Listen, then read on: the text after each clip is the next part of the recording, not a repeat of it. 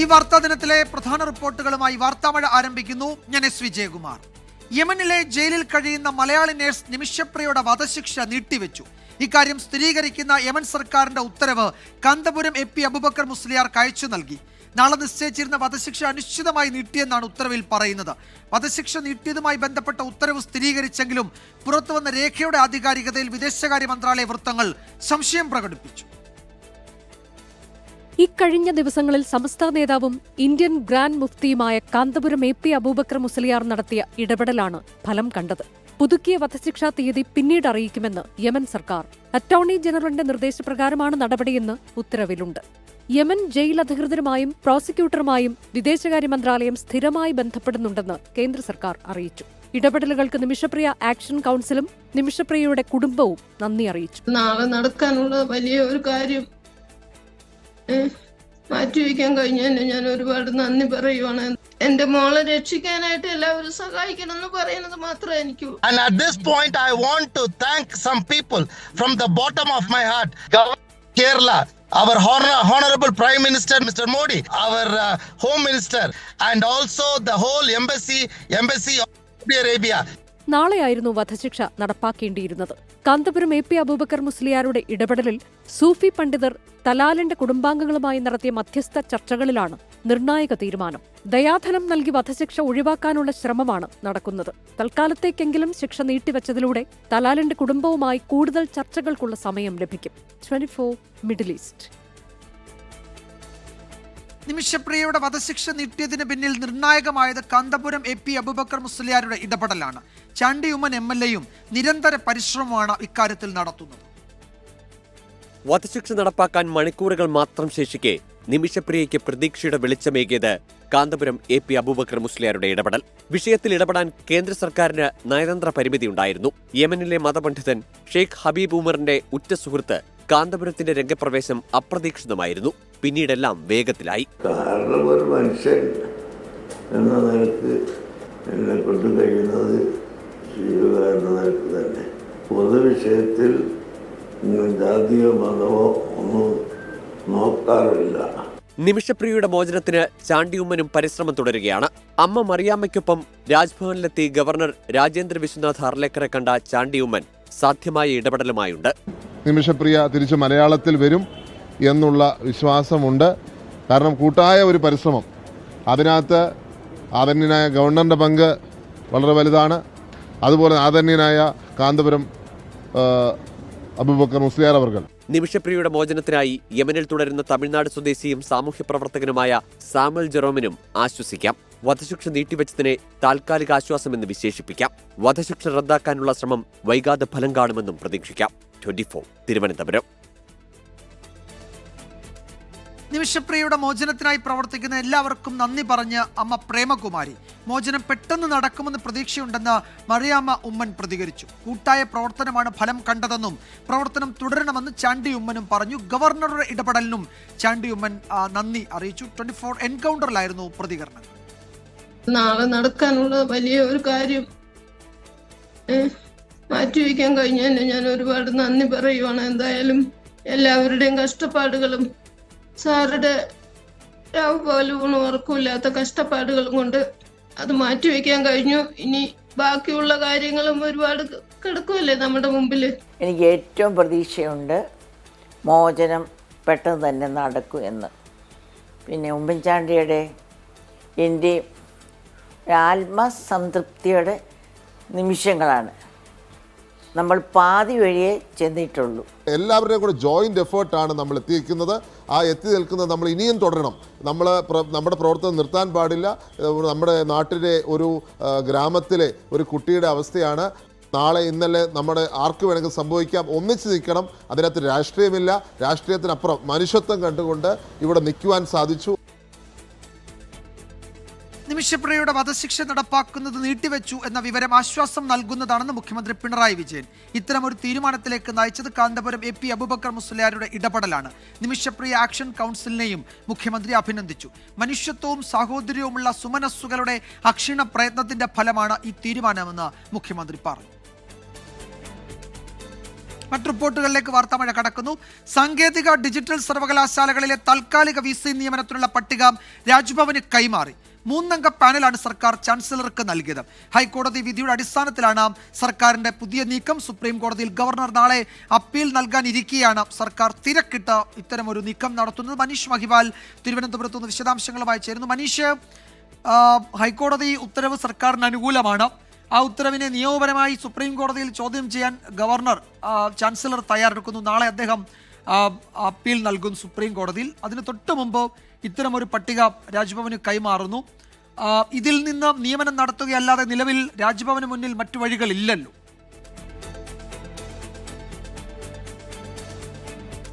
വിജയകുമാർ, നിലവിൽ 2 VC-മാരുടെ നിയമനങ്ങൾ റദ്ദാക്കിയിട്ടുണ്ടെങ്കിലും സാങ്കേതിക ഡിജിറ്റൽ സർവകലാശാലയിൽ പുതിയ VC-മാരെ ചാൻസലർ കൂടിയായിട്ടുള്ള ഗവർണർ നിയമിച്ചിട്ടില്ല എന്നതാണ് ഏറ്റവും പ്രധാനപ്പെട്ട കാര്യം. അപ്പോഴാണ് ഹൈക്കോടതി ഡിവിഷൻ ബെഞ്ചിന്റെ ഉത്തരവ്, അത് തങ്ങൾക്ക് അനുകൂലമായ ഘടകം ഏറ്റവും വേഗത്തിൽ തന്നെ ഉപയോഗിക്കാനാണ് സർക്കാർ ശ്രമിക്കുന്നത്.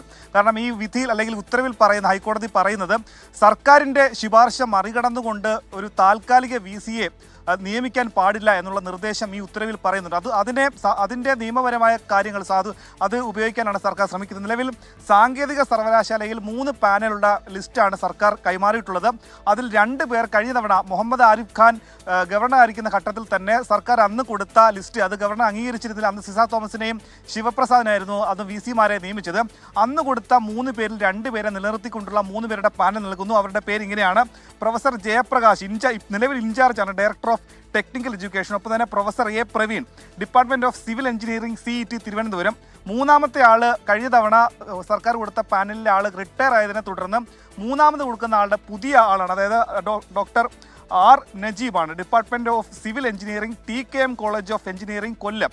അങ്ങനെ 3 പേരുടെ പട്ടിക സർക്കാർ നൽകിയിട്ട് ഡിജിറ്റൽ സർവകലാശാലയുടെ കൂടെ 3 പേരുടെ പട്ടിക സർക്കാർ കൈമാറിയിട്ടുണ്ട്. ഇതിനെ സംബന്ധിച്ചുള്ള പേരോ മറ്റു വിവരങ്ങളോ തന്നെ ലഭ്യമായിട്ടില്ല. അത് വരുന്ന മണിക്കൂറുകൾ ലഭ്യമാകും. അതുകൊണ്ട് തന്നെ സർക്കാരിനെതിരെ അല്ലെങ്കിൽ ഈ രീതിയിൽ സുപ്രീം കോടതിയെ സമീപിക്കാൻ വേണ്ടി രാജേന്ദ്ര അർലേക്കർ ശ്രമിക്കുന്ന ഘട്ടത്തിലാണ് എത്രയും വേഗം നിലവിലുള്ള സിംഗിൾ ബെഞ്ചിന്റെ ഉത്തരവ്, അത് ശരിവെച്ചുകൊണ്ടുള്ള ഡിവിഷൻ ബെഞ്ചിന്റെ ഉത്തരവ്, അതിനെ നിയമപരമായി തന്നെ ഉപയോഗിക്കാൻ സർക്കാർ ശ്രമിക്കുന്നത്. ഒപ്പം തന്നെ ദിവസങ്ങളായി തന്നെ മറ്റ് സർവകലാശാല, കേരള സർവകലാശാലയിലുള്ള പ്രതിസന്ധി അത് ചൂണ്ടിക്കാണിച്ച് വീണ്ടും കോടതിയെ സമീപിക്കാനൊക്കെ തന്നെ സർക്കാരിന് കഴിയും. ഒപ്പം തന്നെ ഇടത് സിൻഡിക്കേറ്റ് അംഗങ്ങളുടെ ബലവും ഹൈക്കോടതിയുടെ ഇത്തരത്തിലുള്ള ഉത്തരവും കൊണ്ടാണ് സർക്കാർ ഈ രീതിയിൽ ഗവർണർക്ക് തിരിച്ചടി എന്നോണം സർവകലാശാലയിൽ ഈ രീതിയിലുള്ള ഇടപെടൽ നടത്തുന്നത്. വിജയകുമാർ. യെസ്, സുപ്രീം കോടതിയിൽ ചാൻസലർ നാളെ അപ്പീൽ നൽകാനിരിക്കുകയാണ് ഹൈക്കോടതി ഉത്തരവിനെതിരെ. അതിന് തൊട്ടു മുമ്പാണ് സർക്കാരിന്റെ തിരക്കിട്ട നീക്കം, ഈ ലിസ്റ്റ് രാജ്ഭവന് കൈമാറുന്നത്. എന്തായിരിക്കും രാജ്ഭവന്റെ നീക്കം? അതിൽ കാലതാമസം വരുത്തുമോ? സുപ്രീം കോടതി വിധി അല്ലെങ്കിൽ ഇടക്കാല ഉത്തരവിനൊക്കെ വേണ്ടി അദ്ദേഹം കാത്തിരിക്കുമോ എന്നൊക്കെ അറിയേണ്ടതുണ്ട്. അതേസമയം കേരള സർവകലാശാലയിൽ വീണ്ടും നാടകീയ നീക്കങ്ങൾ. രജിസ്ട്രാർ KS അനിൽകുമാർ ഉപയോഗിക്കുന്ന ഔദ്യോഗിക വാഹനം തടയാൻ വൈസ് ചാൻസലർ മോഹനൻ കുന്നുമ്മൽ നിർദ്ദേശം നൽകി. വാഹനം സർവകലാശാലയുടെ ഗാരേജിൽ സൂക്ഷിക്കാനാണ് നിർദ്ദേശം. ഡോക്ടർ മിനി കാപ്പനും സെക്യൂരിറ്റി ഓഫീസർക്കുമാണ് നിർദ്ദേശം നൽകിയത്. എന്നാൽ സെക്യൂരിറ്റി ഓഫീസർ നിർദ്ദേശങ്ങൾ നൽകിയിട്ടില്ലെന്നും വാഹനം താൻ തന്നെയാണ് ഉപയോഗിക്കുന്നതെന്നും KS അനിൽകുമാർ അറിയിച്ചു. കീം റാങ്ക് ലിസ്റ്റിൽ സർക്കാരിന്റെ നയമല്ല, നടപ്പാക്കിയ രീതിയാണ് പ്രശ്നമെന്ന് സുപ്രീം കോടതി. സംസ്ഥാന സർക്കാർ അപ്പീൽ നൽകുമോ എന്ന് കോടതി ചോദിച്ചു. പ്രവേശന നടപടിയെ ബാധിക്കുന്ന തീരുമാനം എടുക്കില്ലെന്ന് കോടതി വ്യക്തമാക്കുകയും ചെയ്തു. ഹർജികൾ നാളെ വീണ്ടും പരിഗണിക്കും. ഈ മാസം 1 പ്രസിദ്ധീകരിച്ച കീം പരീക്ഷാ ഫലത്തിന് 1 മണിക്കൂർ മുൻപാണ് പ്രോസ്പെക്ടസിൽ മാറ്റം വരുത്തിയതെന്ന് CBSE വിദ്യാർത്ഥികൾ ഹർജിയെ എതിർത്ത് സുപ്രീം കോടതിയിൽ അറിയിച്ചു. പഴയ രീതി പ്രകാരം CBSE വിദ്യാർത്ഥികൾക്ക് ഉയർന്ന മാർക്ക് ലഭിച്ചുകൊണ്ടിരിക്കുന്നുവെന്ന് കേരള സിലബസ് വിദ്യാർത്ഥികളും. സംസ്ഥാനത്തിന് പ്രോസ്പെക്ടസിൽ മാറ്റം വരുത്താമെന്നും കേരള സിലബസ് വിദ്യാർത്ഥികൾക്ക് വേണ്ടി ഹാജരായ മുതിർന്ന അഭിഭാഷകൻ പ്രശാന്ത് ഭൂഷൺ വാദിച്ചു. പുനഃക്രമീകരിച്ച റാങ്ക് പട്ടിക പുറത്തിറങ്ങിയെന്നും പ്രവേശന നടപടികളിലേക്ക് കടന്നുവെന്നും CBSE അറിയിച്ചതോടെയാണ് വിഷയത്തിൽ ഇടപെടാൻ കോടതി വിസമ്മതിച്ചത്. പ്രവേശന നടപടിയെ ബാധിക്കുന്ന തീരുമാനം ഉണ്ടാകില്ലെന്ന് സുപ്രീം കോടതി. സർക്കാർ നയമല്ല, നടപ്പാക്കിയ രീതിയാണ് പ്രശ്നമെന്നും കോടതി വ്യക്തമാക്കി. ഹർജി നാളെ പരിഗണിക്കാമെന്ന് സുപ്രീം കോടതി അറിയിച്ചു. ഉണ്ടായിരുന്ന ഇപ്പോൾ നിലവിലുള്ള ആ സ്റ്റാൻഡേർഡൈസേഷൻ ഫോർമുല സംസ്ഥാന സ്റ്റേറ്റ് ബോർഡിലെ വിദ്യാർത്ഥികൾക്ക് എതിരാണെന്നും അവർക്ക് അർഹമായ റാങ്ക് പൊസിഷനിൽ നിന്ന് അവരെ പുറത്താക്കുന്ന രീതിയിലുള്ള ഒരു വിവേചനപരമാണെന്നും ഇന്ന് കോടതിയെ ബോധ്യപ്പെടുത്താൻ കഴിഞ്ഞിട്ടുണ്ട്. പക്ഷേ കോടതി ഇന്ന് ആശങ്കപ്പെട്ടത് ഈ ഭേദഗതി വരുത്തിയത് ഏറ്റവും അവസാന നിമിഷത്തിലായിപ്പോയി. അതിൽ സർക്കാരിന് എന്താണ് പറയാനുള്ളതെന്ന് ചോദിക്കാൻ കൂടിയാണ് കേസ് നാളത്തേക്ക് വച്ചിരിക്കുന്നത്. നീതിപൂർണമായ മാർക്ക് ഏകീകരണ പ്രക്രിയ കൊണ്ടുവരണമെന്നാണ് കേരള സിലബസ് വിദ്യാർത്ഥികളുടെ പ്രധാന ആവശ്യം. 24 ഡൽഹി. പാദപൂജ വിവാദത്തിൽ ഗവർണർ രാജേന്ദ്ര വിശ്വനാഥ് അർലേക്കറിനെതിരെ ബാനർ കെട്ടി SFI. തിരുവനന്തപുരം സംസ്കൃത കോളേജിലാണ് SFI പ്രവർത്തകർ ബാനർ ഉയർത്തിയത്. അതിനിടെ പാദപൂജ വിവാദത്തിൽ ആലപ്പുഴ നൂറനാട് വിവേകാനന്ദ സ്കൂളിലേക്ക് KSU നടത്തിയ മാർച്ചിൽ സംഘർഷമുണ്ടായി. ബാരിക്കേഡ് ചാടിക്കടന്ന പ്രവർത്തകരെ അറസ്റ്റ് ചെയ്തു നീക്കി. സ്കൂൾ സമയമാറ്റ വിഷയത്തിൽ വിദ്യാഭ്യാസ വകുപ്പിനെതിരെ ആഞ്ഞടിച്ച് സമസ്ത. സമയമാറ്റത്തിൽ പിറകോട്ടില്ലെങ്കിൽ പിന്നെ ചർച്ച എന്തിനാണെന്ന് സമസ്തയുടെ ചോദ്യം. തീരുമാനം മാറ്റാനല്ല, കാര്യങ്ങൾ പറഞ്ഞ് മനസ്സിലാക്കാനാണ് ചർച്ച എന്നായിരുന്നു വിദ്യാഭ്യാസ മന്ത്രി വി ശിവൻകുട്ടിയുടെ പ്രതികരണം. സ്കൂൾ സമയമാറ്റ വിഷയത്തിൽ നേർക്കുനേർ ഏറ്റുമുട്ടുകയാണ് സർക്കാരും സമസ്തയും.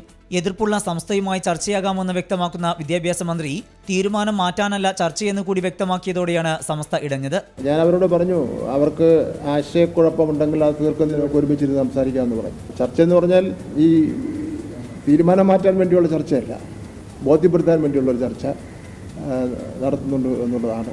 ഇതിനു പിന്നാലെ ചേർന്ന സമസ്ത വിദ്യാഭ്യാസ സമിതി യോഗത്തിലാണ് ചർച്ചയിലൂടെ പരിഹാരമുണ്ടായില്ലെങ്കിൽ ശക്തമായ പ്രതിഷേധവുമായി മുന്നോട്ട് പോകാൻ തീരുമാനിച്ചത്.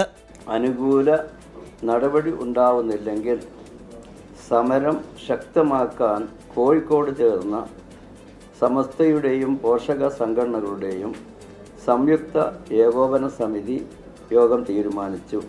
സർക്കാർ നിലപാടിലെ അമർഷവും സമസ്ത മറച്ചുവെച്ചില്ല. വലിയൊരു സമൂഹമാണ് സമസ്ത അല്ലെങ്കിൽ മുസ്ലിം വിഭാഗം എന്നൊക്കെ പറയുന്നത്. അവർ അവഗണിച്ചുകൊണ്ട് മുന്നോട്ട് പോകാൻ കഴിയുമെന്ന് ഒരു സർക്കാരും വിചാരിക്കേണ്ട. അതൊരു ധിക്കാരപരമായ പോക്കായിരിക്കും. അതിൻ്റെ തിക്തഫലം അവരനുഭവിക്കേണ്ടി വരും. സർക്കാരുമായുള്ള ചർച്ചയിൽ സംസ്ഥ പ്രായോഗിക നിർദ്ദേശങ്ങൾ അവതരിപ്പിക്കും. എന്നാൽ തിരഞ്ഞെടുപ്പ് പശ്ചാത്തലത്തിലടക്കം സംസ്ഥയെ ചൊടിപ്പിക്കുന്ന നിലപാട് സർക്കാർ സ്വീകരിക്കുമോ എന്നതാണ് നിർണായകം. 24 കോഴിക്കോട്. MLA സ്ഥാനം രാജിവെക്കണമെന്ന മന്ത്രി AK ശശീന്ദ്രനും തോമസ് K തോമസിനും NCP അജിത് പവാർ വിഭാഗത്തിന്റെ അന്ത്യശാസനം. ഒരാഴ്ചയ്ക്കകം MLA സ്ഥാനം രാജിവെച്ചില്ലെങ്കിൽ അയോഗ്യരാക്കാനുള്ള നടപടി എടുക്കുമെന്നാണ് പ്രഫുൽ പട്ടേൽ അയച്ച കത്തിലെ ഭീഷണി. എന്നാൽ പ്രഫുൽ പട്ടേലിന്റെ കത്തിന് പാർട്ടി ഭരണഘടനയുടെ പിൻബലമില്ലെന്നാണ് AK ശശീന്ദ്രന്റെ മറുപടി. NCPയിലെ പിളർപ്പിൽ ശരത് പവാറിനൊപ്പം നിൽക്കുന്നവർ എന്ന നിലയിലാണ് മന്ത്രി AK ശശീന്ദ്രനും തോമസ് K തോമസിനും അജിത് പവാർ വിഭാഗം അന്ത്യശാസനം നൽകിയിരിക്കുന്നത്. പാർട്ടി ചിഹ്നത്തിൽ മത്സരിച്ച് ജയിച്ച ഇരു നേതാക്കളും ശരത് പവാറിനൊപ്പം നിൽക്കുന്നതാണ് അജിത് പവാർ വിഭാഗത്തെ ചൊടിപ്പിച്ചിരിക്കുന്നത്. ഇരുവരെയും പാർട്ടിയിൽ നിന്ന് പുറത്താക്കുകയാണെന്നും ഈ സാഹചര്യത്തിൽ MLA സ്ഥാനം രാജിവെക്കണമെന്നുമാണ് അജിത് പവാർ വിഭാഗം നേതാവ് പ്രഫുൽ പട്ടേൽ അയച്ച കത്തിൽ പറയുന്നത്. കത്ത് ലഭിച്ച് ഒരാഴ്ചയ്ക്കകം MLA സ്ഥാനം രാജിവെക്കണമെന്നും അല്ലാത്തപക്ഷം കൂറുമാറ്റ നിരോധന നിയമപ്രകാരം അയോഗ്യരാക്കാൻ നടപടി സ്വീകരിക്കുമെന്നും മെയ് 20 അയച്ച കത്തിൽ പറയുന്നുണ്ട്. എന്നാൽ അജിത് പവാർ വിഭാഗത്തിന്റെ അന്ത്യശാസനം NCP സംസ്ഥാന ഘടകം കണക്കിലെടുക്കുന്നില്ല. വൈസ് പ്രസിഡന്റ്, വർക്കിംഗ് പ്രസിഡന്റ് എന്നീ 2 സ്ഥാനങ്ങളില്ല. നാഷണൽ പ്രസിഡന്റും വർക്കിംഗ് കമ്മിറ്റിയും ട്രഷററും മാത്രമാണുള്ളത്. ഇത് ഒരു ബേസ്ലെസ് കത്തായിട്ടാണ് എനിക്ക് തോന്നുന്നത്. കാരണം വളരെ ക്ലിയർ അല്ലേ, നമ്മൾ സുപ്രീം കോടതിയിൽ ഇരിക്കുന്ന ഒരു വിഷയത്തിന് ഇങ്ങനെ കത്ത് തരാനായിട്ട് യാതൊരുവിധ സാധ്യതയുമില്ല. എന്നാൽ AK ശശീന്ദ്രനെയും തോമസ് K തോമസിനെയും അയോഗ്യരാക്കണമെന്നാവശ്യപ്പെട്ട് സ്പീക്കർക്ക് കത്ത് നൽകാനാണ് അജിത് പവാർ പക്ഷത്തിന്റെ തീരുമാനം. എത്രയും പെട്ടെന്ന് ഇത്തരത്തിൽ സ്പീക്കറെ കണ്ട് കത്ത് കൊടുക്കാൻ പോവാണ് ഇവരെ അയോഗ്യരാക്കുന്നതിന് വേണ്ടി. ഇത് നടന്നില്ലെങ്കിൽ ഞങ്ങൾ ഹൈക്കോടതിയിൽ പോകും, ഒരു സംശയമില്ല. അതിലേക്കാണ് നീങ്ങുന്നത്. 24 തിരുവനന്തപുരം. വെളിച്ചെണ്ണ വില പിടിച്ചു നിർത്താൻ സബ്സിഡി നൽകണമെന്ന നിർദ്ദേശവുമായി സർക്കാർ. പൊതുമേഖലയിലെ വെളിച്ചെണ്ണ ഉൽപ്പാദകരായ കെരഫെഡിനാണ് ഈ നിർദ്ദേശം. ലാഭത്തിൽ ഒരു വിഹിതം സബ്സിഡിയായി നൽകുന്നതിനെക്കുറിച്ച് ആലോചിക്കുമെന്ന് കെരഫെഡ് അറിയിച്ചു. സംസ്ഥാനത്ത് വെളിച്ചെണ്ണയുടെ ചില്ലറ വിൽപ്പന വില ലിറ്ററിന് 450 രൂപ കടന്ന പശ്ചാത്തലത്തിലാണ് സർക്കാരിൻ്റെ ഇടപെടൽ. മുഖ്യമന്ത്രിയുടെ നിർദ്ദേശപ്രകാരം കെരഫെഡിനോട് സംസാരിച്ച ആസൂത്രണ ബോർഡ് ഉപാധ്യക്ഷൻ VK രാമചന്ദ്രനാണ് സബ്സിഡി നൽകണമെന്ന നിർദ്ദേശം മുന്നോട്ട് വച്ചത്. സർക്കാരിൽ നിന്ന് നിർദ്ദേശം ലഭിച്ച സാഹചര്യത്തിൽ വെളിച്ചെണ്ണ സബ്സിഡി നിരക്കിൽ വിൽക്കുന്നതിന് പ്രപ്പോസൽ തയ്യാറാക്കാനുള്ള ആലോചനയിലാണ് കെരഫെഡ്. ലാഭത്തിൽ നിന്ന് ഒരു വിഹിതം സബ്സിഡിക്കായി നീക്കിവെക്കാനാണ് ആലോചന. കൃഷി വകുപ്പിന്റെ അനുമതിയോടെ ആയിരിക്കും തീരുമാനം. വില നിയന്ത്രിക്കുന്നതിനാവശ്യമായിട്ടുള്ള എല്ലാ നടപടികളും സർക്കാർ സ്വീകരിക്കും. അതിന് ഓണ വിപണിയിൽ എല്ലാ കാര്യങ്ങളും ഓണം നന്നായി ആഘോഷിക്കാൻ കഴിയാവുന്ന രൂപത്തിൽ ക്രമീകരണങ്ങൾ ആ വകുപ്പും സർക്കാരും ചെയ്യുന്നതാണ്.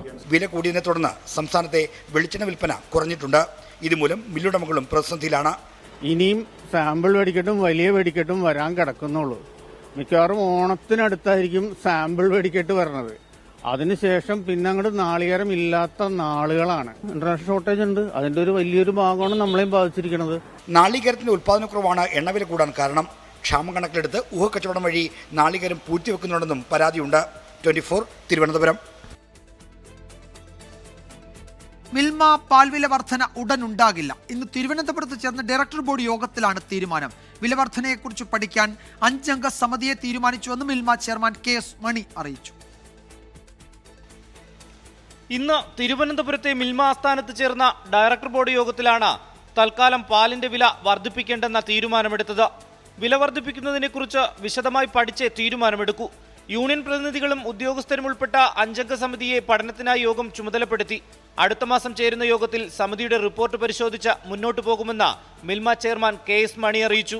നമ്മളിപ്പോൾ നിലവിൽ 52 രൂപ എന്നുള്ളത് എത്രമാത്രം കൂട്ടണമെങ്കിൽ കൂട്ടാൻ പറ്റും എന്നുള്ളതിൻ്റെ ഒരു ശുപാർശയും, നമുക്കിത് മുന്നോട്ട് പോകാൻ കർഷകർ നിലനിൽക്കണം, അതോടൊപ്പം മിൽമ എന്നുള്ള സ്ഥാപനം നിലനിൽക്കണം, അങ്ങനെ ബാലൻസ് ചെയ്തിട്ടുള്ള ഒരു റിപ്പോർട്ട് അടുത്ത ബോർഡിന് നമുക്ക് മുമ്പിൽ തരാനായിട്ടാണ് ഇപ്പോൾ ഇന്ന് തീരുമാനിച്ചിട്ടുള്ളത്.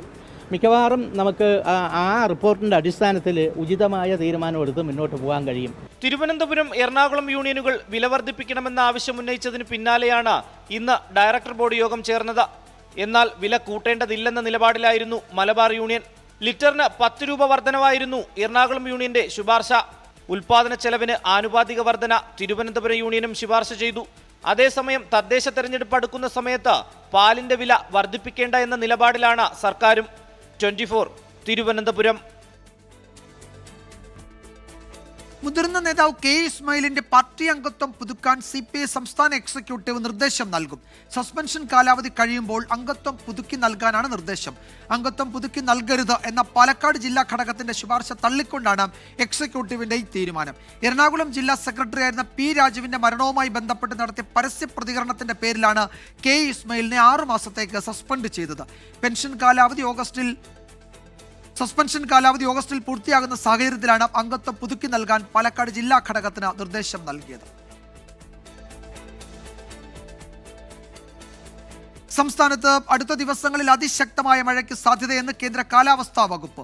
നാളെ എറണാകുളം, ഇടുക്കി, തൃശൂർ, കണ്ണൂർ, കാസർഗോഡ് ജില്ലകളിൽ അതിശക്തമായ മഴയ്ക്ക് സാധ്യതയുണ്ടെന്ന് കേന്ദ്ര കാലാവസ്ഥാ വകുപ്പ് മുന്നറിയിപ്പ് നൽകി. കേരള, കർണാടക, ലക്ഷദ്വീപ് തീരങ്ങളിൽ ഈ മാസം 19 വരെ മത്സ്യബന്ധനത്തിന് വിലക്കുണ്ട്. എറണാകുളം പനങ്ങാട് കണ്ടെയ്നർ ലോറിയുമായി അന്തർ സംസ്ഥാന മോഷണ സംഘം പിടിയിലായി. രഹസ്യ വിവരത്തിന്റെ അടിസ്ഥാനത്തിൽ നടത്തിയ പരിശോധനയിലാണ് രാജസ്ഥാൻ, ഹരിയാന സ്വദേശികളെ പിടികൂടിയത്. കസ്റ്റഡിയിലിരിക്കെ പോലീസ് സ്റ്റേഷന്റെ ശുചിമുറിയുടെ ജനൽ തകർത്ത് കടന്നുകളയാൻ ശ്രമിച്ച പ്രതിയെ സാഹസികമായി പിന്നീട് പിടികൂടി. ഇന്നലെ രാത്രിയാണ് രാജസ്ഥാൻ രജിസ്ട്രേഷനുള്ള കണ്ടെയ്നർ പോലീസ് പരിശോധിച്ചത്. ദേശീയപാത നെട്ടൂരിലായിരുന്നു പരിശോധനയിൽ മോഷണ സംഘമാണ് കണ്ടെയ്നറിലുള്ളത് എന്ന് പോലീസ് കണ്ടെത്തി. തുടർന്ന് കണ്ടെയ്നറും ഇതിലുണ്ടായിരുന്ന 3 പേരെയും കസ്റ്റഡിയിലെടുത്തു. നമ്മളിവരെ സംശയാസ്പദമായി കൊണ്ടുവന്നതാണ്. അപ്പോൾ അവർ നമ്മുടെ കസ്റ്റഡിയിൽ നിന്ന് ചാടിപ്പോയിട്ടുണ്ട്. അപ്പം അതിൻ്റെ പേരിൽ ഒരു കേസുണ്ട്. അല്ല, അവരുടെ വാഹനത്തിൽ അങ്ങനെ ഒരു ഗ്യാസ് കട്ടറോ ഇതൊന്നും വെക്കേണ്ട കാര്യമില്ല. അപ്പം നിയമവിരുദ്ധമായിട്ടുള്ള കാര്യങ്ങൾ സൂക്ഷിച്ചാൽ അതിൻ്റെ നടപടി ഉണ്ടാവും. ഇവർക്ക് പ്രീവിയസ് കേസിന്റെ ഹിസ്റ്ററി ഉള്ളതുകൊണ്ടും കൂടിയാണ്. പ്രതികളിൽ ഒരാൾ പോലീസ് സ്റ്റേഷന്റെ ശുചിമുറി ജനൽ തകർത്ത പുലർച്ചെ രക്ഷപ്പെട്ടു. ഇന്ന് രാവിലെ നടത്തിയ തിരച്ചിലിൽ അതിസാഹസികമായി ഇയാളെ പിടികൂടി.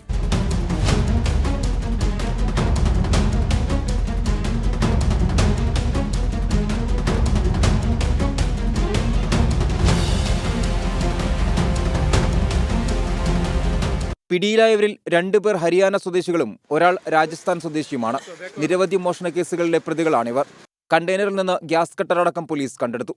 കഴിഞ്ഞ ദിവസം തമിഴ്നാട്ടിൽ നിന്ന് കാർ മോഷ്ടിച്ച് കണ്ടെയ്നറിലാക്കി രക്ഷപ്പെട്ട സംഘത്തിന് വേണ്ടിയുള്ള അന്വേഷണത്തിനിടെയാണ് പ്രതികൾ കുടുങ്ങിയത്. റാഫി കരീം, 24 കൊച്ചി. കൊച്ചിയിൽ പിടിയിലായ അന്തർ സംസ്ഥാന മോഷണ സംഘത്തിന്റെ വേരുകൾ തേടുകയാണ് 24. തമിഴ്നാട്ടിലെ കൃഷ്ണഗിരിയിൽ നിന്ന് മോഷ്ടിച്ച കാറുമായി സംഘം പോകുന്ന CCTV ദൃശ്യങ്ങൾ 24 ലഭിച്ചു. ഗുരുവായൂരപ്പള്ളിയിൽ നിന്ന് മോഷ്ടിച്ച കാറുമായി കൃഷ്ണഗിരി ടോൾ ഗേറ്റ് കടന്നു പോകുന്ന ദൃശ്യങ്ങളാണ് ലഭിച്ചത്.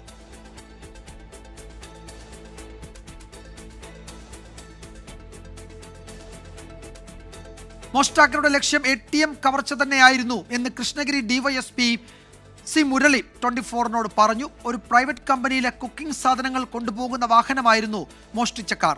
ഇതിനു മുൻപും സമാനമായ ATM കവർച്ചകൾ തമിഴ്നാട് കേന്ദ്രീകരിച്ചുണ്ടായിരുന്നു. അപ്പോഴൊക്കെ മറ്റൊരു ട്രക്കിന്റെ സാന്നിധ്യം ഉണ്ടായിരുന്നുവെന്നും DYSP പറഞ്ഞു.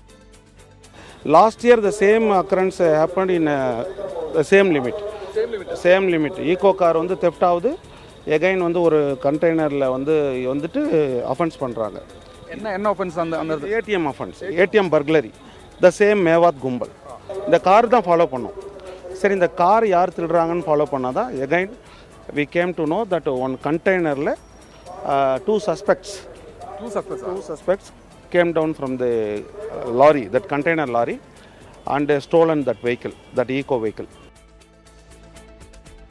കോഴിക്കോട് പന്തീരാങ്കാവിൽ ഇസാഫ് ബാങ്ക് ജീവനക്കാരിൽ നിന്ന് കവർന്ന 39 ലക്ഷം രൂപ കുഴിച്ചിട്ട നിലയിൽ കണ്ടെടുത്തു. ഒന്നാം പ്രതി ഷിബിൻ ലാലിന്റെ വീടിന് സമീപത്തെ പറമ്പിൽ നിന്നാണ് പോലീസ് പണം കണ്ടെത്തിയത്. 32 ദിവസം നീണ്ട അന്വേഷണത്തിനൊടുവിലാണ് നിർണായകമായ ഈ കണ്ടെത്തൽ.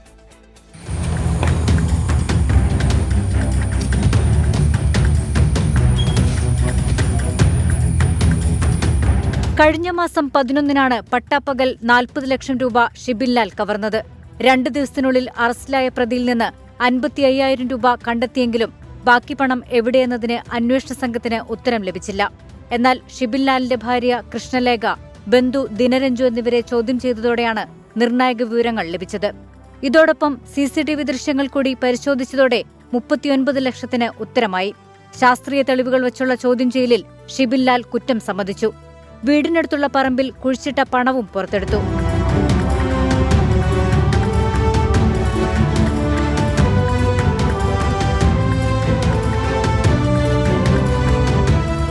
ഏതാണ്ട് 325ഓളം CCTV ഫുട്ടേജുകളാണ് കളക്ട് ചെയ്തത്.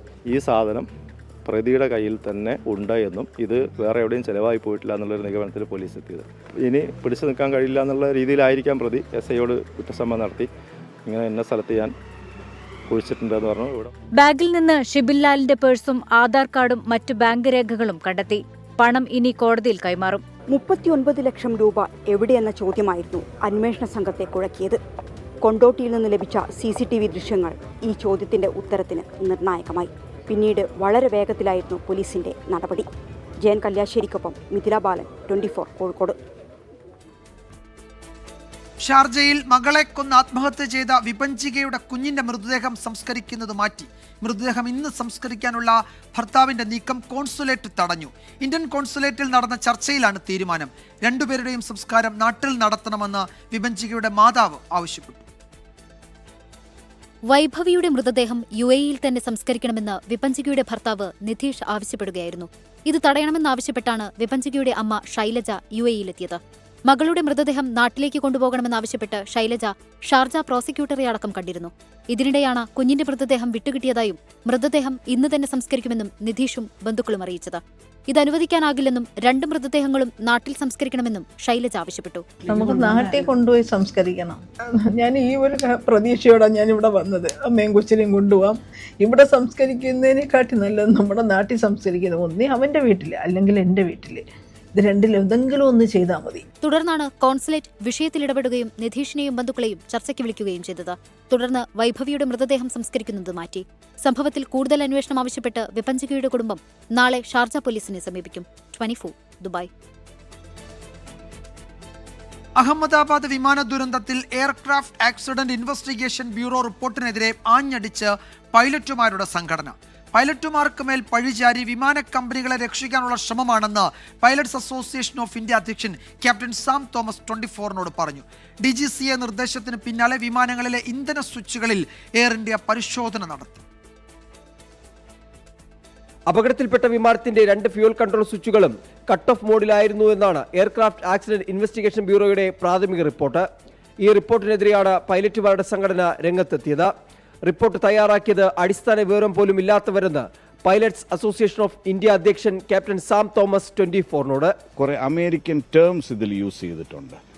അപ്പോൾ ഇത് വ്യക്തമാണ്, ഇതാരോ അമേരിക്കൻ പറഞ്ഞ് ഡിക്റ്റേറ്റ് ചെയ്ത ഒരു കാര്യമാണ്. ഇത് വെറും ഒരു പേപ്പറിലാക്കി ആളുകളെ കളിപ്പിക്കാനുള്ള ഒരു ഇൻസിഡന്റ് ആണെന്ന് നമുക്ക് പറയാനുള്ളൂ. അതുകൊണ്ടാണ് നമ്മൾ ജുഡീഷ്യൽ എൻക്വയറി ചോദിക്കുന്നത്. പൈലറ്റുമാർക്ക് മേൽ പഴിചാരി വിമാന കമ്പനികളെ രക്ഷിക്കാനുള്ള ശ്രമമാണിതെന്നും അസോസിയേഷൻ കുറ്റപ്പെടുത്തി. എയർക്രാഫ്റ്റ് ആക്സിഡന്റ് ഇൻവെസ്റ്റിഗേഷൻ ബ്യൂറോയുടെ പ്രാഥമിക അന്വേഷണ റിപ്പോർട്ടിൽ പ്രാരംഭഘട്ട വിവരങ്ങൾ മാത്രമാണുള്ളതെന്ന് international federation of airline pilot അസോസിയേഷനും പ്രതികരിച്ചു. DGCയുടെ നിർദ്ദേശത്തിന് പിന്നാലെ ബോയിംഗ് 787, 737 വിമാനങ്ങളിലെ ഇന്ധന നിയന്ത്രണ സ്വിച്ചുകളുടെ പരിശോധന എയർ ഇന്ത്യ ആരംഭിച്ചു. ഇതുവരെ നടത്തിയ പരിശോധനയിൽ സ്വിച്ചുകളിൽ പ്രശ്നങ്ങൾ കണ്ടെത്തിയിട്ടില്ല എന്നാണ് വിവരം. R. അച്യുതൻ, 24, ഡൽഹി. അധ്യാപകന്റെ പീഡനത്തെ തുടർന്ന് ഒഡീഷയിൽ തീ കൊളുത്തി ആത്മഹത്യയ്ക്ക് ശ്രമിച്ച പെൺകുട്ടി മരിച്ചു. ഭുവനേശ്വറിലെ എയിംസിൽ ചികിത്സയിലിരിക്കെയാണ് മരണം. പ്രതികൾക്കെതിരെ കർശന നടപടി ഉണ്ടാകുമെന്ന് ഒഡീഷ മുഖ്യമന്ത്രി മോഹൻ ചരൺ മാജി ഉറപ്പ് നൽകി. സംഭവത്തിൽ UGC 4-അംഗ സമിതിയുടെ അന്വേഷണം പ്രഖ്യാപിച്ചു. 90% പൊള്ളലേറ്റ് ഭുവനേശ്വറിലെ എയിംസിൽ ചികിത്സയിലിരിക്കെ ഇന്നലെ രാത്രി 11:45ഓടെയാണ് വിദ്യാർത്ഥിനിയുടെ മരണം. രാഷ്ട്രപതി ദ്രൗപദി മുർമു കഴിഞ്ഞ ദിവസം ആശുപത്രിയിലെത്തി പെൺകുട്ടിയെയും കുടുംബത്തെയും കണ്ടിരുന്നു. ബാലസോറിലെ കോളേജിലെ 2ാം വർഷ ബിരുദ വിദ്യാർത്ഥിനിയായിരുന്നു. അധ്യാപകനെതിരെ ലൈംഗിക പീഡന പരാതി നൽകിയിട്ടും നടപടിയെടുക്കാത്തതിൽ പ്രതിഷേധിച്ചായിരുന്നു വിദ്യാർത്ഥിനി ആത്മഹത്യയ്ക്ക് ശ്രമിച്ചത്. ഉന്നത വിദ്യാഭ്യാസ മന്ത്രി സൂര്യബൻഷി സൂരജ് രാജിവെക്കണമെന്നാവശ്യപ്പെട്ട് കോൺഗ്രസ് BJD പ്രവർത്തകർ ആശുപത്രിക്ക് മുന്നിൽ പ്രതിഷേധിച്ചു.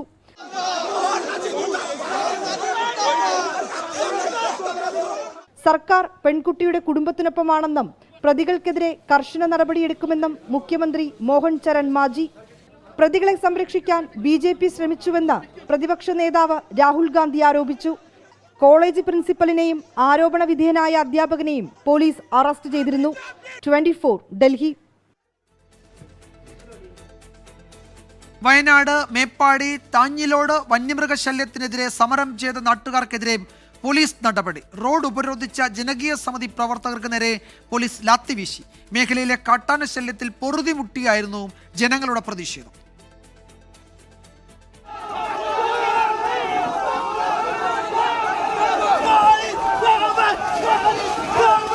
ഇന്നു രാവിലെ 7 മണി മുതലായിരുന്നു മേപ്പാടി ചൂരൽമല പാത നാട്ടുകാർ ഉപരോധിച്ചത്.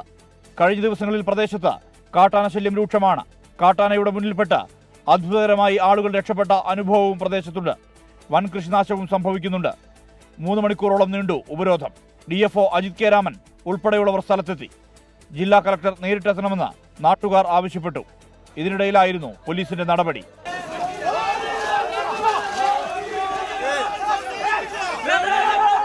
ഒമ്പത് പേരെ അറസ്റ്റ് ചെയ്ത് പോലീസ് സ്റ്റേഷനിലേക്ക് മാറ്റി. MLA T സിദ്ദിഖിന്റെ നേതൃത്വത്തിൽ ജനപ്രതിനിധികളും വിവിധ രാഷ്ട്രീയ കക്ഷികളുടെ നേതാക്കളും നടത്തിയ ചർച്ചയിലാണ് നാട്ടുകാരെ വിട്ടയച്ചത്. ഈ ജീവൽ പ്രശ്നത്തിന്റെ വൈകാരികതയും വിഷമവും മനസ്സിലാക്കിക്കൊണ്ടാണ് സാധാരണഗതിയിൽ പോലീസ് പെരുമാറുള്ളത്. അതിലുള്ള പ്രതിഷേധം ഞങ്ങൾ രേഖപ്പെടുത്തി. ആ മുഴുവൻ ആളുകളെയും ബുദ്ധിമുട്ടില്ലാതെ പോലീസ് പ്രതിഷേധക്കാരുമായിട്ട് സഹകരിച്ച് പോലീസ് ഇപ്പോൾ വിട്ടുനിന്നിട്ടുണ്ട്. സ്ഥലത്തിറങ്ങുന്ന കാട്ടാനയെ തുരത്താൻ നടപടി തുടങ്ങിയെന്ന് DFO അജിത് കെ രാമൻ 24നോട് പറഞ്ഞു. നിലവിൽ ഇവിടെ ഒരു സ്പെഷ്യൽ ഡ്രൈവിന്റെ ഭാഗമായിട്ട് ഒരു 30-അംഗ ടീമിനെ വിന്യസിച്ചു. ഇന്നൊരു 11:30 കൂടി ഈ ആന നിൽക്കാൻ സാധ്യതയുള്ള ഭാഗങ്ങൾ തെർമൽ ഡ്രോൺ ഉപയോഗിച്ചിട്ടുള്ള ഒരു നിരീക്ഷണം ഇപ്പോൾ നടത്തി വരികയാണ്. മേപ്പാടി മൂപ്പൈനാട് പഞ്ചായത്തുകളുടെ വിവിധ മേഖലകളിൽ വന്യമൃഗശല്യം രൂക്ഷമായി തുടരുന്ന സ്ഥിതിയുണ്ട്. 24 വയനാട്. കോഴിക്കോട് ചാത്തമംഗലത്തും കാസർഗോഡ് നീലേശ്വരത്തും തെരുവുനായയുടെ ആക്രമണം. 2 വയസ്സുള്ള കുട്ടി ഉൾപ്പെടെ 6 പേർക്ക് കടിയേറ്റു. നീലേശ്വരം അഴിത്തല ബോട്ട് ജെട്ടിക്ക് സമീപമാണ് 3 പേരെ തെരുവുനായ ആക്രമിച്ചത്. അഴിത്തല സ്വദേശികളായ ദിലീപ്, രാജേഷ്, പത്മാവതി എന്നിവർക്കാണ് കടിയേറ്റത്. ചാത്തമംഗലം കളന്തോടാണ് 3 പേർക്ക് തെരുവുനായയുടെ ആക്രമണത്തിൽ പരിക്കേറ്റത്. രാവിലെ 10 മണിയോടെയാണ് അമ്മയെയും 2 വയസ്സുള്ള കുഞ്ഞിനെയും ആക്രമിച്ചത്. ഇവരെ KMCT മെഡിക്കൽ കോളേജ് ആശുപത്രിയിൽ എത്തിച്ചെങ്കിലും പരുക്ക് ഗുരുതരമായതിനാൽ പിന്നീട് കോഴിക്കോട് മെഡിക്കൽ കോളേജ് ആശുപത്രിയിലേക്ക് മാറ്റി. വീട്ടുമുറ്റത്ത് നിൽക്കുമ്പോഴായിരുന്നു ചെങ്ങലോട്ട് അബ്ദുൽ മജീദിന്റെ ഭാര്യ റസിയയെ നായ ആക്രമിച്ചത്. ഞാൻ മുറ്റത്തുനിന്ന് ഒരു ഷീറ്റ് ഉണ്ടായി, അതെടുത്ത് അങ്ങോട്ട് വെക്കാതിരുന്നതാ. അപ്പൊ നായ ഈ റോഡിന്റെ ഈ മതിൽ മുറ്റത്തിന്റെ തിണ്ടുമ്പന്ന് ഇങ്ങോട്ട് ഓടി വന്ന് ചാടി മാന്തിക്ക.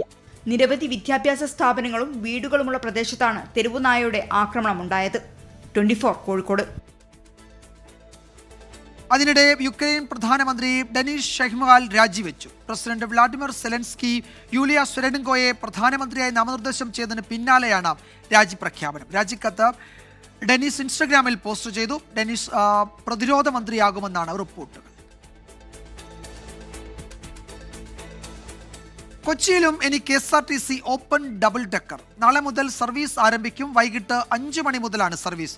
മൂന്നാറിലെയും തിരുവനന്തപുരത്തെയും വിജയത്തിന് ശേഷമാണ് കൊച്ചിയിലേക്കും ഓപ്പൺ ഡബിൾ ഡെക്കർ എത്തുന്നത്. ആൻമരിയ സണ്ണി തയ്യാറാക്കിയ റിപ്പോർട്ട് കാണാം.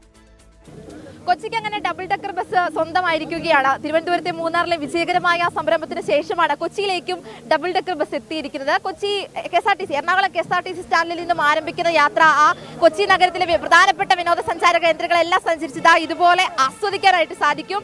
നിരവധി ആദ്യ യാത്രയിൽ തന്നെ നിരവധി കണക്കിലുള്ള ആളുകൾ ഈ KSRTC ബസ്സിന്റെ ഡബിൾ ഡെക്കറിൽ തന്നെയുണ്ട്. നമുക്ക് ഇവരോട് തന്നെ ചോദിക്കാം, യാത്ര എങ്ങനെയുണ്ട് ഡബിൾ ഡെക്കറിൽ? അടിപൊളി, നൈസ് യാത്ര തന്നെ, നല്ലൊരു എക്സ്പീരിയൻസ് തന്നെയാണ്. ഇതുപോലെ തന്നെയാണ്, എല്ലാവർക്കും പ്രിയപ്പെട്ടതായി മാറിയിരിക്കുകയാണ്. സാർ, എങ്ങനെയാണ് നമ്മുടെ യാത്ര അല്ലെങ്കിൽ ടിക്കറ്റ് നിരക്കുകളൊക്കെ എങ്ങനെയാണ് വരുന്നത്? ടിക്കറ്റ് മുകളിൽ 300 രൂപയാണ് അതിൻ്റെ റേറ്റ്, താഴെ 150 രൂപയാണ്. എറണാകുളം സ്റ്റാൻഡിൽ നിന്നും വൈകുന്നേരം 5 മണിക്ക് സ്റ്റാർട്ട് ചെയ്യുന്ന രീതിയിലാണ് നമ്മൾ സമയം ക്രമീകരിച്ചിരിക്കുന്നത്. ഏകദേശം 29 കിലോമീറ്റർ ദൂരമാണ് നമ്മൾ ഈ യാത്രയിലൂടെ സഞ്ചരിക്കുന്നത്. ആദ്യ യാത്ര തന്നെ ഇപ്പോൾ പൂർത്തീകരിച്ചിരിക്കുകയാണ്. ഒരുപാട് ആളുകൾ ഞാൻ ആദ്യം സൂചിപ്പിച്ചതുപോലെ തന്നെ KSRTC സ്റ്റാൻഡിലേക്ക് എത്തിയിട്ടുണ്ടായിരുന്നു. ആ ഡബിൾ ഡെക്കർ കയറാൻ വേണ്ടിയിട്ട് വന്നിട്ടുണ്ടായിരുന്നു. ഇത്രയും നേരം യാത്ര ചെയ്തതിനുള്ള എക്സ്പീരിയൻസ് എങ്ങനെയുണ്ട്? ഇതിലും വലിയ അനുഭവങ്ങൾ പ്രതീക്ഷിച്ചത്. യാത്ര ഇപ്പോൾ അവസാനിച്ചോ എന്ന് ഞാൻ സംശയിക്കുകയാണ്. എന്നാലും കൊച്ചിയെ മുകളിൽ നിന്ന് നമുക്ക് ഉയരങ്ങളിൽ നിന്ന് കുറച്ചുകൂടി ഭംഗിയോടെ കാണാനുള്ള ഒരു അവസരമായിരുന്നു. ഇതുവരെ കായലും പാലങ്ങളും ഒന്നും കാണാൻ പറ്റിയില്ല. വെറും കെട്ടിടങ്ങളുടെ ഇടയിൽ കൂടെയാണ് പോകുന്നത്. അത്ര മനോഹരമായിട്ട് അനുഭവിക്കണമെങ്കിൽ ഇനി ടിക്കറ്റ് എടുത്ത് യാത്ര ചെയ്യണമെന്ന് തോന്നുന്നു. അതാണ് ആദ്യ യാത്ര ഇനിയും കൂടുതൽ മനോഹരമാക്കണമെന്നാണ് പറയുന്നത്. അത് കൂടുതൽ മനോഹരം, അതായത് കൊച്ചിയുടെ സൗന്ദര്യം നമുക്ക് വീണ്ടും വീണ്ടും കാണാനായിട്ട് തോന്നിക്കൊണ്ടിരിക്കും. ആ രീതിയിൽ തന്നെ മുന്നോട്ട് പോകാനായിട്ട് സാധിക്കട്ടെ എന്നുള്ള ഒരു ആശംസയാണ്. ക്യാമറമാൻ ഷിജു ചവറയ്ക്കൊപ്പം ആൻവരിയ സണ്ണി, 24 കൊച്ചി. ഇപ്പോൾ വരുന്ന ഒരു പ്രധാനപ്പെട്ട വിവരം, അത് നെടുമ്പാശ്ശേരിയിലെ കഴിഞ്ഞ ദിവസം നടത്തിയ കൊക്കൈൻ കടത്തിന്റെ കൂടുതൽ വിവരങ്ങളാണ്. ബ്രസീൽ സ്വദേശികളായ ദമ്പതികളുടെ വയറ്റിൽ നിന്ന് 1.67 കിലോ കൊക്കൈനാണ് കണ്ടെത്തിയിരിക്കുന്നത്. 1.67 കിലോ കൊക്കൈൻ, അതായത് 16 കോടി രൂപ വിപണി മൂല്യം ഉള്ളതാണ് ഇത്രയും കൊക്കൈൻ.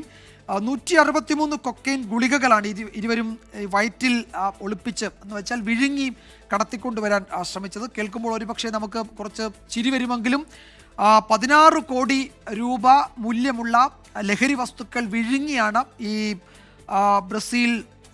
ബ്രസീലിയൻ ദമ്പതികൾ നെടുമ്പാശ്ശേരി വിമാനത്താവളത്തിലെത്തി അവരെ പിടികൂടിയിരിക്കുന്നത്. 1ഉം 2ഉമല്ല, 163 കൊക്കൈൻ ഗുളികകളാണ് ഇരുവരുടെയും ശരീരത്തിൽ ഉണ്ടായിരുന്ന, വയറ്റിലുണ്ടായിരുന്നുള്ള. ആ രണ്ടുപേരുടെ ചിത്രങ്ങളാണ്, ദൃശ്യങ്ങളാണ് പ്രേക്ഷകർ കാണുന്നത്. ഇവർ രണ്ടുപേരുമാണ് കഴിഞ്ഞ ദിവസം പിടിയിലായത്. ഒരു സ്വകാര്യ ആശുപത്രിയിലേക്ക് അവരെ പെട്ടെന്ന് മാറ്റുകയും അവിടെ നിന്ന് അവരുടെ ശരീരത്തിൽ അവർ വിഴുങ്ങി കൊണ്ടുവന്ന ഇത്രയും കൊക്കൈൻ ഗുളികകൾ വീണ്ടെടുക്കുകയും ചെയ്തു. ഒരു പക്ഷേ ഒരു വിമാനത്താവളത്തിലൂടെ ഇത്രയും ലഹരി വസ്തുക്കൾ വിഴുങ്ങി പിടിയിലാവുകയോ ഒക്കെ ചെയ്യുന്ന ആദ്യത്തെ സംഭവമായിരിക്കും. അതിൻ്റെ മാർക്കറ്റ് വാല്യൂ, വിപണി വില എന്നത് 16 കോടി രൂപയാണ് എന്നത് ഇപ്പോൾ കണ്ടെത്തിയിട്ടുണ്ട്. Directorate of revenue intelligence DRI ആണ് ഈ വലിയ ഒരു ഓപ്പറേഷന് നേതൃത്വം നൽകിയത്. YS അഭിനന്ദ് അതിൻ്റെ മറ്റു വിവരങ്ങളുമായി ചേരുന്നുണ്ട്. അഭിനന്ദ്, ഇത്രയും വിപണി മൂല്യമുള്ള കൊക്കൈൻ വിഴുങ്ങി ഇവർ കൊണ്ടുവന്നു. തിരുവനന്തപുരത്തേക്ക് അവർ പോകാൻ ശ്രമിച്ചതെന്ന് അന്ന് റിപ്പോർട്ടുകൾ ഉണ്ടായിരുന്നു. ഇത് ആർക്ക് കൊണ്ടുവന്നാണ്? ഇവിടെ ആരാണ് ഇത് റിസീവ് ചെയ്യാനിരുന്നത്? ഇത് കേരളത്തിൽ എവിടേക്കാണ് അത് കൊണ്ടുപോയത്? അല്ലെങ്കിൽ ഇതിൻ്റെ കേരളത്തിലെ ആവശ്യക്കാരും? അത്തരം വിവരങ്ങൾ DRIക്ക് കിട്ടി കാണുമല്ലോ ഈ ദിവസങ്ങൾക്കിടെ. വിജയകുമാർ, അക്കാര്യത്തിലൊക്കെ DRIക്ക് ഇപ്പോൾ വ്യക്തത വരുന്നതിനോ DRI വൃത്തങ്ങൾ ഇപ്പോൾ ആ വിഷയവുമായിട്ടൊക്കെ ബന്ധപ്പെട്ട് അന്വേഷണം പുരോഗമിച്ചുകൊണ്ടിരിക്കുകയാണ്. ഇപ്പോൾ ഏറ്റവും ഞെട്ടിക്കുന്ന കാര്യം എന്നത് 16 കോടി വിലയുള്ള കൊക്കൈനാണ് പിടികൂടിയിട്ടുള്ളത്. 1.67 കിലോ കൊക്കൈനാണ് ബ്രസീൽ സ്വദേശികളായ ദമ്പതികളുടെ വയറ്റിൽ നിന്നും കണ്ടെത്തിയത്. DRIക്ക് കഴിഞ്ഞ ദിവസമാണ് ഇത്തരത്തിലുള്ള സംശയം തോന്നി നെടുമ്പാശ്ശേരി വിമാനത്താവളത്തിൽ നിന്നും ഇവരെ പിടികൂടിയതിന്റെ അടിസ്ഥാനത്തിൽ നടത്തിയ അന്വേഷണത്തിലാണ് ഇവരെ അങ്കമാലിയിലെ ഒരു ആശുപത്രിയിൽ പ്രവേശിപ്പിക്കുന്നു. പ്രവേശിപ്പിച്ചതിന്റെ അടിസ്ഥാനത്തിലാണ് പിന്നീട് ഇത്തരത്തിലേക്ക് വലിയ രീതിയിൽ തന്നെ കൊക്കൈൻ പിടികൂടിയിട്ടുണ്ടെന്നുള്ള കാര്യങ്ങൾ വ്യക്തമാക്കുന്നത്. കൊക്കൈൻ ഗുളികകൾ വിഴുങ്ങിയ ശേഷം കൊച്ചിയിൽ വിമാനമിറങ്ങിയ ബ്രസീലിയൻ ദമ്പതികളെ DRI അറസ്റ്റ് ചെയ്തപ്പോൾ പോലും ഇക്കാര്യത്തിൽ ഒരു വ്യക്തത വന്നിട്ടില്ല. 50 ഗുളികകളാണ് ഓരോരുത്തരും വിഴുങ്ങിയെന്നായിരുന്നു DRIയുടെ സംശയം. ആശുപത്രിയിൽ പ്രവേശിപ്പിച്ച ഇവരിൽ നിന്നും ഇതുവരെ 70 ഗുളികൾ പുറത്തെടുത്തു. അതിന്റെ അടിസ്ഥാനത്തിലാണ് ഇപ്പോൾ വീണ്ടും പരിശോധന നടത്തിയപ്പോഴാണ് 1.67 കിലോ ഗുളികയോളം ഇപ്പോൾ കണ്ടെത്തിയിരിക്കുന്നത്. 10 കോടി രൂപയിലേറെ വിലയുള്ള കൊക്കൈനാണ് ഇവരുടെ ശരീരത്തിലുണ്ടെന്നാണ് പ്രാഥമിക നിഗമനം. എന്തായാലും ഇപ്പോൾ അവരെ കസ്റ്റഡി എടുത്തുന്നു. ബ്രസീലിലെ സാവോ പോളിൽ നിന്നാണ് നെടുമ്പാശ്ശേരി വിമാനമിറങ്ങിയ ബ്രസീലുകാരായ ദമ്പതികളായിരുന്നു ഇവർ. കൃത്യമായ സൂചന അടിസ്ഥാനത്തിലാണ് ലൂക്കാസ, ഭാര്യ ബ്രൂണ, രണ്ടുപേരുടെ പേരെങ്ങനെയാണ് ഇവരെ പിടികൂടുന്നത്. ആശുപത്രി എത്തി നടത്തിയ പരിശോധനയിൽ മയക്കുമരുന്ന് വിഴുങ്ങിയതായി കണ്ടെത്തി. മജിസ്ട്രേറ്റിന് മുന്നിൽ ഹാജരാക്കിയ ശേഷമാണ് ഇതുവരെ 70ഓളം കൊക്കൈൻ ഗുളികൾ ഇന്നലെ പുറത്തെടുത്തിരുന്നു. ഇന്നിപ്പോൾ ബാക്കിയും കൂടി പുറത്തെടുത്തിരിക്കുന്നതാണ് ഏറ്റവും പ്രധാനം. എന്തായാലും വിജയകുമാർ എടുത്തു പറയേണ്ട ഒരു കാര്യം എന്നത് ഇവർ വയറ്റിൽ സൂക്ഷിച്ചിരുന്നത് വലിയ തോതിലുള്ള ഗുളികകൾ. അഭിനന്ദ്, അത് ശരിയാണ്. 1 കിലോ 1.67 കിലോ കൊക്കൈൻ എന്ന് വെച്ചാൽ അവർ രണ്ടുപേരും ഏതാണ്ട് അവശ നിലയിലായിരുന്നു വിമാനത്താവളത്തിൽ എത്തിയപ്പോൾ തന്നെ എന്ന് DRI ഉദ്യോഗസ്ഥർ പറഞ്ഞിരുന്നു. ലൂക്ക ബ്രൂണ രണ്ടുപേരും പിന്നീട് അവരെ സ്വകാര്യ ആശുപത്രിയിലേക്ക് മാറ്റി. 163 കൊക്കൈൻ ഗുളികകൾ ഇവർ വിഴുങ്ങി. ഇത് വയറ്റിൽ പൊട്ടാതെ എന്ന് വെച്ചാൽ ഈ ഗുളികകൾ പൊട്ടിയാൽ അത് അവരുടെ എന്താണ് ജീവന് ഭീഷണിയാവും. അതുകൊണ്ട് പൊട്ടാതെ ഇരിക്കാനൊക്കെ ഉള്ള ക്രമീകരണങ്ങളൊക്കെ ഏർപ്പെടുത്തിയിരുന്നു. അല്ലെങ്കിൽ അത് വിഴുങ്ങുമ്പോൾ തന്നെ ഇത് വയറ്റിനുള്ളിൽ പൊട്ടുന്നില്ല എന്ന് ഉറപ്പുവരുത്താനൊക്കെ ഉള്ള മുൻകരുതലൊക്കെ എടുത്തിരുന്നു എന്നാണ് DRI ഉദ്യോഗസ്ഥർ പിന്നീട് പറഞ്ഞത്. ആ നിലയിലാണ് ഇവർ ഇത്രയും വില വരുന്ന കൊക്കൈൻ ഗുളികകൾ വിഴുങ്ങി കേരളത്തിലെത്തിയത്. തിരുവനന്തപുരത്തേക്ക് കൊണ്ടുപോകാൻ എന്നാണ് പറഞ്ഞത്. ആരെ കാണാൻ, ആർക്ക് കൊടുക്കാൻ എന്നത് DRI കണ്ടെത്തിയിട്ടുണ്ട്. അവരിലേക്ക് അന്വേഷണം എത്തി എന്നാണ് ഒടുവിൽ വരുന്ന വിവരങ്ങൾ. YS അഭിനന്ദാണ് വിശദാംശങ്ങൾ നൽകിയത്. വാർത്താമഴയിലേക്ക് വീണ്ടും സ്വാഗതം. പ്രളയ ദുരിതാശ്വാസ ഫണ്ട് തട്ടിപ്പിൽ ഉദ്യോഗസ്ഥനെ പിരിച്ചുവിട്ടു സർക്കാർ ഉത്തരവ്. എറണാകുളം കളക്ടറേറ്റിലെ ക്ലർക്ക് വിഷ്ണു പ്രസാദിനെയാണ് സർവീസിൽ നിന്ന് നീക്കം ചെയ്തത്. 2018 പ്രളയ ദുരിതാശ്വാസ ധനസഹായത്തിലെ ക്രമക്കേടിന്റെ അടിസ്ഥാനത്തിലാണ് ഈ നടപടി. ലാൻഡ് റവന്യൂ കമ്മീഷണറുടെ ഉത്തരവിന്റെ പകർപ്പ് 24 ലഭിച്ചു. 73.13 ലക്ഷം രൂപയുടെ തിരിമറിയായിരുന്നു ഇയാൾ നടത്തിയത്.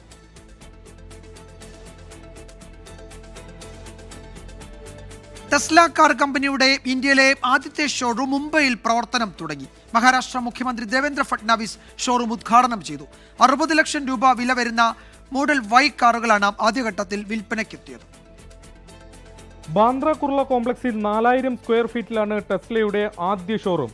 ടെസ്ല കാറുകളെ അടുത്തറിയാനുള്ള എക്സ്പീരിയൻസ് സെന്റർ കൂടിയാണ് ഷോറൂം. 35 ലക്ഷം രൂപയാണ് ഷോറൂമിന് മാസ വാടക. മഹാരാഷ്ട്ര മുഖ്യമന്ത്രി ദേവേന്ദ്ര ഫട്നാവിസ് ഷോറൂം ഉദ്ഘാടനം ചെയ്തു. ഗതാഗത മന്ത്രി പ്രതാപ് സർനായിക്ക് ട്രേഡ് സർട്ടിഫിക്കറ്റ് കൈമാറി. ജീവനക്കാരോട് സംസാരിച്ച ശേഷം ഇരുവരും കാറുകൾ പരിശോധിച്ചു. ചൈനയിൽ നിർമ്മിച്ച് ഇറക്കുമതി ചെയ്യുന്ന മോഡൽ Y കാറാണ് ആദ്യഘട്ടത്തിൽ വിൽക്കുക. ഉയർന്ന നികുതി കൂടി ചേരുന്നതിനാൽ വില 60 ലക്ഷത്തിന് മുകളിലാണ്. ഇന്ത്യയിൽ നിർമ്മാണം തുടങ്ങാൻ ദേവേന്ദ്ര ഫട്നാവിസ് ടെസ്ലയോട് അഭ്യർത്ഥിച്ചു. टेस्ला मुंबई में एक्सपीरियंस सेंटर के साथ साथ डिलीवरी की व्यवस्था, लॉजिस्टिक्स की व्यवस्था और सर्विसिंग की व्यवस्था ये सारी खड़ा कर रहा है. പ്രധാന 2 വാഹന വിപണികളായ അമേരിക്കയിലും ചൈനയിലും തിരിച്ചടി നേരിടുമ്പോഴാണ് ഇലോൺ മസ്കിന്റെ കമ്പനി ഇന്ത്യയിലേക്ക് എത്തുന്നത്. ലോകത്തിലെ തന്നെ ഏറ്റവും വലിയ 3ാമത്തെ വാഹന വിപണിയാണ് ഇന്ത്യ. ലോകമാനം വിൽപ്പനയിൽ വലിയ ഇടിവ് നേരിടുന്ന ടെസ്ലയ്ക്ക് ഇന്ത്യയിലേക്കുള്ള വരവിലൂടെ പുതിയ ഊർജം ലഭിക്കുമെന്നാണ് കമ്പനി കണക്കുകൂട്ടുന്നത്. BKCയിലെ ടെസ്ല ഷോറൂമിന് മുന്നിൽ നിന്നും വരുൺ വടശ്ശേരിക്കരയ്ക്കൊപ്പം ശ്രീനാഥ് ചന്ദ്രൻ, 24. ഈ റിപ്പോർട്ടോടെ വാർത്താമഴ അവസാനിക്കുന്നു. നാളെ വീണ്ടും കാണാം. ശുഭരാത്രി.